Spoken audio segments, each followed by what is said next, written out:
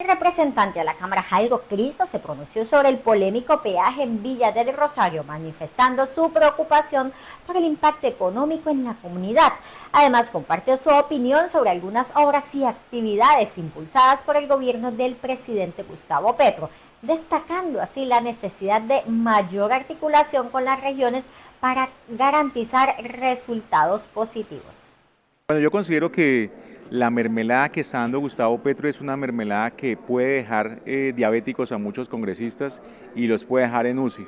¿Por qué? Porque es un gobierno que no ha entendido la dinámica del Congreso. Me parece a mí que las reformas al sistema de salud, la reforma pensional, la reforma laboral, de una u otra manera tienen unos componentes que no le sirven al país. Y yo creo que aquí hay que mirar qué le conviene al bolsillo del congresista y qué le conviene a la gente. Yo creo que es fundamental estar con la gente porque realmente nosotros estamos representando al norte de Santander, representando a un departamento y no podemos estar pensando en qué me van a dar a mí y qué le estamos quitando al pueblo colombiano. Entonces hoy nos damos cuenta por lo menos la gente del sistema de salud cómo está golpeada, los usuarios de la nueva APS están supremamente golpeados. No con esto estoy diciendo que antes estábamos en la gloria, porque los problemas no comenzaron en el 2022, pero sí se están agravando. Pensamos muchos que Gustavo Petro iba a ser la opción de cambio, pero nos damos cuenta que se rodeó mal, que es un gobierno de corrupción, que es un gobierno que sabe la dinámica de la política. En estos días hablaba con un congresista del Pacto Histórico y me decía que a mí cómo me había ido con el gobierno de Duque.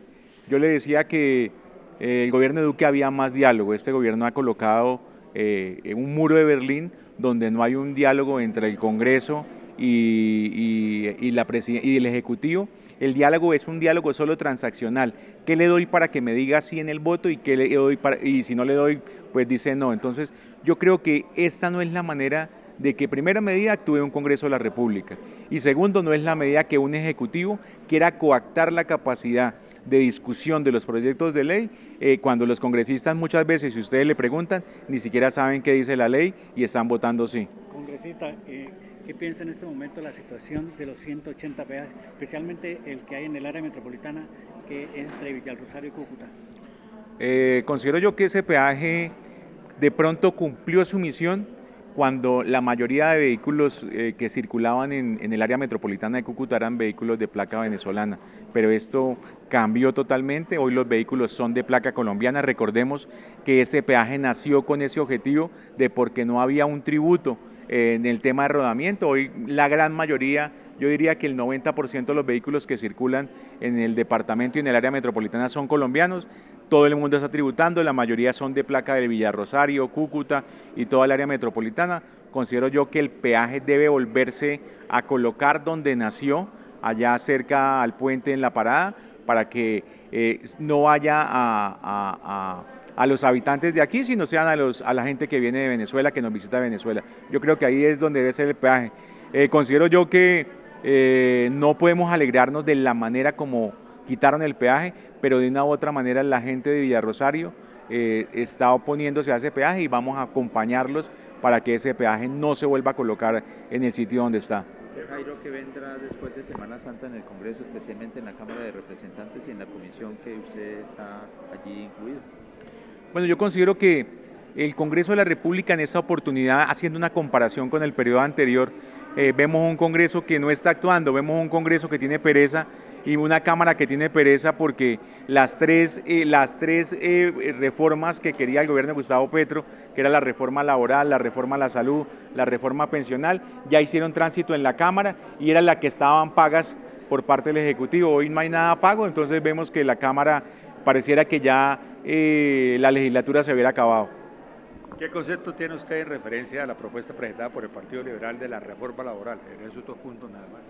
Yo considero que hay que hacer una reivindicación con los trabajadores. Yo considero que son puntos cruciales. La reivindicación con los trabajadores debe darse. Sin embargo, también creo yo que deberíamos pensar en los que no tienen empleo. Hoy son más los que no tienen un empleo formal a los que lo tienen. Pero sin dudas creo que es una buena jugada del Partido Liberal porque le está quitando una herramienta fundamental a esa llamada consulta que lo que busca es una anticipación de las elecciones presidenciales. Congresista, ya tenemos paneles solares, ahora va el gas por cable. ¿Cuál es su concepto? Yo considero que el que mucho habla se equivoca mucho. Entonces yo en este sentido llamo al presidente a que esas alocuciones a los cuales nosotros los cucuteños y nortesantandereanos sabemos qué puede pasar en el país, mueven el sentimiento y me parece que ver a lo presidente, ver a Hugo Chávez Frías en sus inicios, cómo se quedó en el poder. Y hoy vemos que hay gente que lo espera. Del Consejo de Ministros que se presentó hace poco, quiero llamar la atención y solidarizarme con las empresas de seguridad que hacen bien las cosas, porque no todo en la viña del Señor es malo, hay gente que hace bien las cosas y yo creo que el presidente es ligero en llamar paramilitares a todas las empresas de vigilancia.